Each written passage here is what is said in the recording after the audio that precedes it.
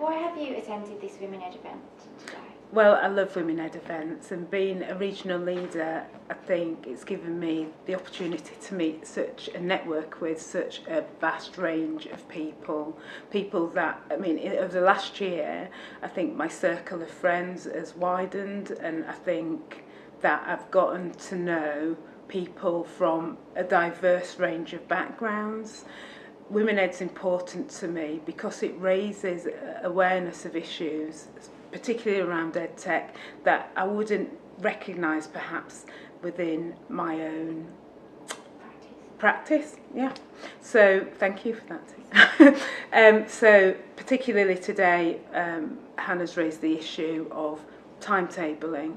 I've never ever thought of that as being an issue, and when I've reflect now on who does the timetabling across, I've worked it in and taught in about 6 or 7 different schools. It's always the male assistant leader, head teacher who takes control of the timetabling, and in my years of teaching and leading in schools, I've never had that responsibility, and it is something that I'm going to make a conscious decision now to have some training around, because it is really important to be able to gain some insight into that, and of course then I'm more able to influence that curriculum and how that curriculum plan is mapped out across the year. I think also in terms of flexible hours though, for with families. That's right. I think that's one of the things that's come out quite a few times when we've been at workshops. I mean, would you, if you saw a timetable now, obviously without the training or anything, but if you saw a timetable now, would you say that you feel a little bit more empowered to actually challenge it and question, well, why is it timetabled that way? Is there another way we could do it? Do you think the system's ready for that yet? I think it's interesting. Within some schools there are a lot of challenges, and certainly the school that I've moved into at the moment, we have great timetabling challenges, and a lot of it's down to staffing. If you haven't got people to teach languages, for instance, or to deliver certain parts of the curriculum, where there's a shortage of staff, then that poses great problems.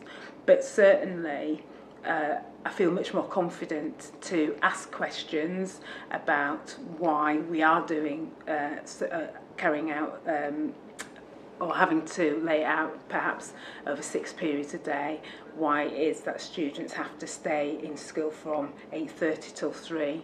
Why can't we have some flexibility some days? Why can't we collapse the timetable at 2:15 on this day to allow staff the time to do planning in school and perhaps go home and pick their children up, and then perhaps extend it on another day, where, or perhaps have a winter and a summer timetable, so that in the winter where it gets darker very early, we collapse the timetable early, but then spend longer hours at school in the summer, where we can make more use of outdoor learning, as you say, but it's, we have longer, sort of brighter evenings, and I think we really do need to move down that pathway and begin to start to think about how we balance work with our home life as well.